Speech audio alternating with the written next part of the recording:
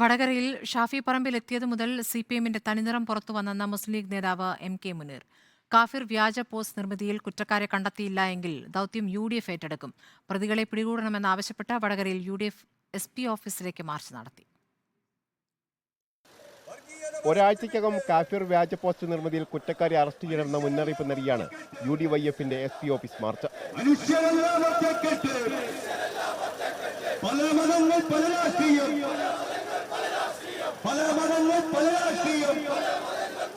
കാഫിർ പ്രയോഗം CPIMന്റെ പുതിയ തന്ത്രമാണെന്ന് മാർച്ച് ഉദ്ഘാടനം ചെയ്ത് M.K. മുനീർ MLA ആരോപിച്ചു.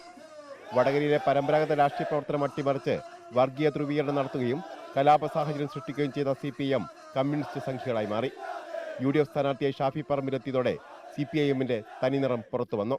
ഷാഫി പറമ്പിൽ ഇവിടെ വന്ന സന്ദർഭത്തിൽ തന്നെ മാർക്സിസ്റ്റ് കമ്മ്യൂണിസ്റ്റ് പാർട്ടിയുടെ തനിനിറം പുറത്തുവരുന്ന രീതിയിലുള്ള പ്രചരണങ്ങൾക്കാണ് അവർ നേതൃത്വം കൊടുത്തത്. നേരത്തെ കാഫിർ പ്രയോഗത്തിൽ ഇനാം പ്രഖ്യാപിക്കുകയും SP ഓഫീസ് മാർച്ചും യൂത്ത് ലീഗ് നിശ്ചയിച്ചിരുന്നു. എന്നാൽ സംസ്ഥാന നേതൃത്വം ഇടപെട്ട് UDYF നേതൃത്വത്തിലാണ് മാർച്ച് നടത്തിയത്. വർഗീയ പ്രചാരണത്തിനെതിരെ ശനിയാഴ്ച വടകരയിൽ UDF ക്യാമ്പയിനും സംഘടിപ്പിക്കും. റിപ്പോർട്ടർ, കോഴിക്കോട്.